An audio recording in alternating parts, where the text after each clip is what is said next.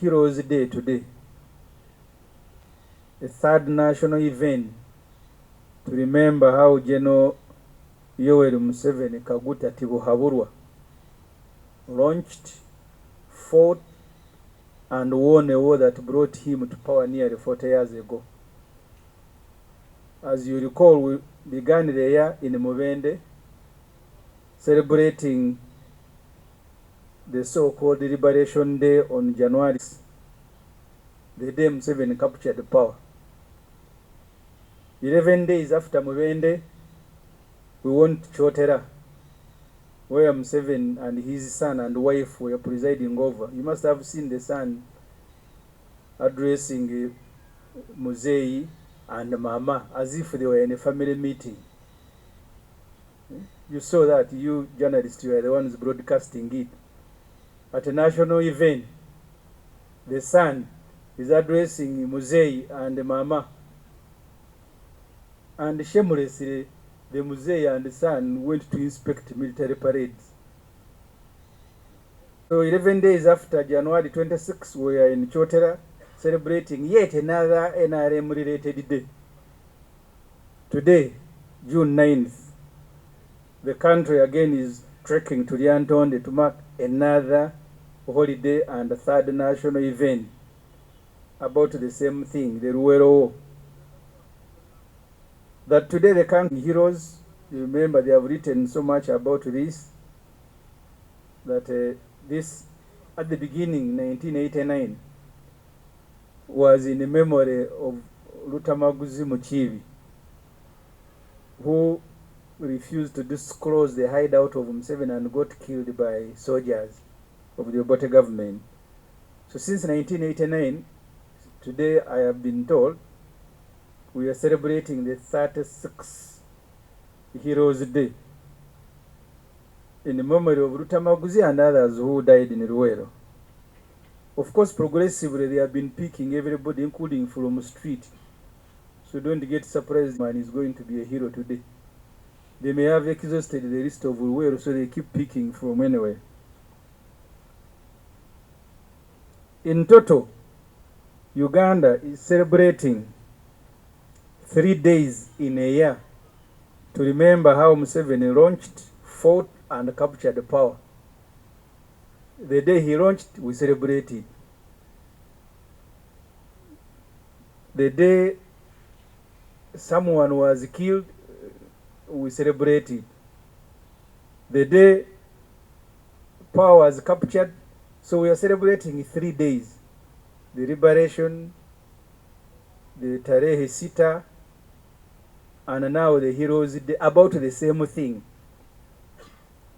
So these useless public holidays are damn expensive for the country. In the budget this year alone, 5 billion was provided, that in addition to giving medals, they also need now to be given. Yet in the same budget, Museveni did not provide for 7 billion, which is the last installment in development of a curriculum for A-level students. So the Uganda Curriculum Development Center asked to develop a curriculum for senior 5 students, about 1 million of them. But the country has money to organize an event. And on average, these events are costing us between 3, sometimes to 7 billion on average. Sometimes it's even more. There was a time we spent 11 billion on a youth day. And that's just that's the cost of the event. I will share with you the guidelines as issued by the government, the things that they must spend on: tents, food, transport, allowance. So there is a cost to staging these events, but there is also a bigger cost to the country, because URA, for example, Uganda Revenue Authority, whose offices are closed, on average collect 72 billion shilling per day, URA. So when you shut, you can count the number of public holidays we have had in a week. And then I will tell you we had a shortfall. They can have a shortfall, but what about people who are struggling with businesses? That your cargo arrived, but it cannot be processed because Museveni is in Lyantonde, with Anita Amongo and Nabanja, they are celebrating Heroes Day. And that is the reason your cargo cannot be processed. And you're a businessman to make money to take your children to school, but you can't proceed. So we need to rethink these days. They must be meaningful, not to the leaders, but to the country. And one way, because even if Museveni wants to celebrate every day, consolidate these days into one. Heroes Day, Liberation, they are about the same thing. But you disaggregate them to keep the country moving from Chotera to Mubende to now Lyantonde. And all the government people are going there. They consume fuel. Every year we are spending 960 billion shilling on internal travel. 960 billion on internal travel. They have now filled their tanks. They have gone to Lyantonde. 960 billion. So we need to rethink. All these days we will close them once Museveni is out of power. We will continue celebrating Heroes Day, Liberation, something. You can see a real partying mood, parties in Museveni's state house. After moving around celebrating these unnecessary days, they are also in weddings. At 8, Museveni putting on a suit and the wife at 75 putting on a gown that they missed a wedding when they were young. And to them that's very important. We missed a wedding when we were young, and now there must be a wedding. And all government people with the red number plates are in Ntungamo, spending public resources that they have gone to attend Mr. Museveni's wedding at 8. The children are also celebrating birthdays. So there is a real partying mood in the State House under Museveni and his wife, something that they have discovered in old age, that we missed life, so we now must begin enjoying ourselves.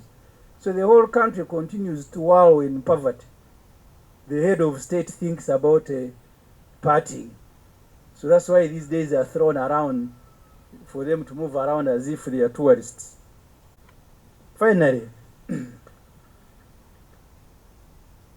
our leader, Dr. Kiiza Besigye, today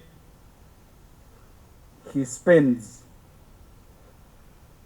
his 200th night together with Ajobed Kamurege in Luzira. Most of the people that these Museveni committees are picking for heroes are actually counterfeit. These counterfeit heroes that they are going to present. One such a true and real hero is Dr. Besigye.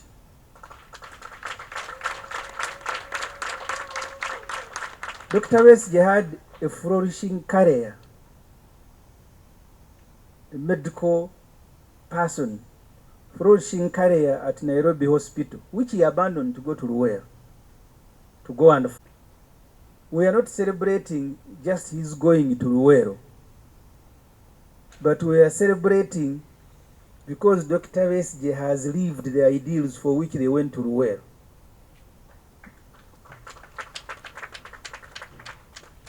Which is the reason that Tibuhaburwa, presiding over functions miles away in Lyantonde, has kept him in prison.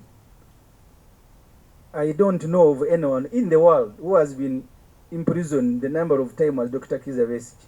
He abandoned his flourishing career as a young medical doctor in Nairobi. He joins Museveni in Luwero. He begins tweeting them that Museveni nearly died in Luwero. He was being tweeted by both Dr. Besigye and Dr. Bata. He nearly died there. Now he's in Luzira at 69. Dr. Besigye is still struggling for Uganda at 69. While we may not have his courage, the courage of Dr. Besigye, we draw inspiration from his resilience. Even when you meet him in prison, I was in Luzira last week and other colleagues, he receives you with a smile as if he's not in prison. In Luzira, where Dr. Besigye is, he has his own prison where colonialists used to keep hardcore criminals. Because we arrived in the Maxon when when the rest of the inmates in the maximum security were playing football.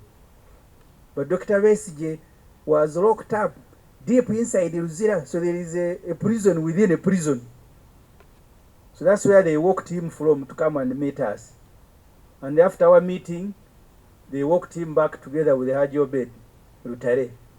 So Besigye is not just prison within a prison. And I think that's what gives Museveni satisfaction. That now Besigye, who has been harassing me for more than 20 years, now is in a prison within a prison.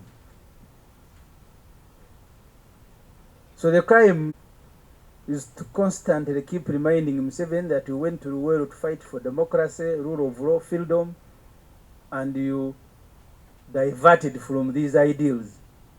So our fight has not ended. That's the only crime he has committed. We salute you, Dr. Kiiza Besigye. We will continue drawing inspiration from you. Now think about the thousands who died in Ruwero, because we are 500,000 people died in Ruwero. Why did they die? Fighting to ensure that Uganda is a free country, to ensure Uganda is democratic, and Uganda is a country that abides by rule of law. That's why people went to Museveni and his group go to Lyantonde to feast. The very reason for which they waged the war is exactly what is taking place in Uganda. People are on orders of Museveni's son, Muhoozi Kainerugaba, and as I said last week, he celebrates their pain that I have kept them in basements, I am beating them, learning how to box. And then you all have seen them limping. So the torture, the disappearance, the kidnapping of citizens, issues that attracted hundreds to go and join Museveni in Ruwero to fight, are taking place today as Museveni and his group drive to Ruwero to remind us that there are people who died in Ruwero. We are not just remembering people who died, because even here people are dying. So death is not something that we are going to keep remembering. The country should be remembering reasons for which people died and guarding not to repeat the crimes that were being committed by the state. The Museveni regime is a criminal regime. A regime that abducts and tortures them before they are presented before courts of law. This is a criminal regime. Otherwise, which sentence is Dr. Besigye, which court sentenced Besigye for him to stay in prison for more than 6 months? So which sentence is he serving? But because Museveni and his son says, you Besigye, you will stay in jail, but even in jail they must put you in a prison within a prison.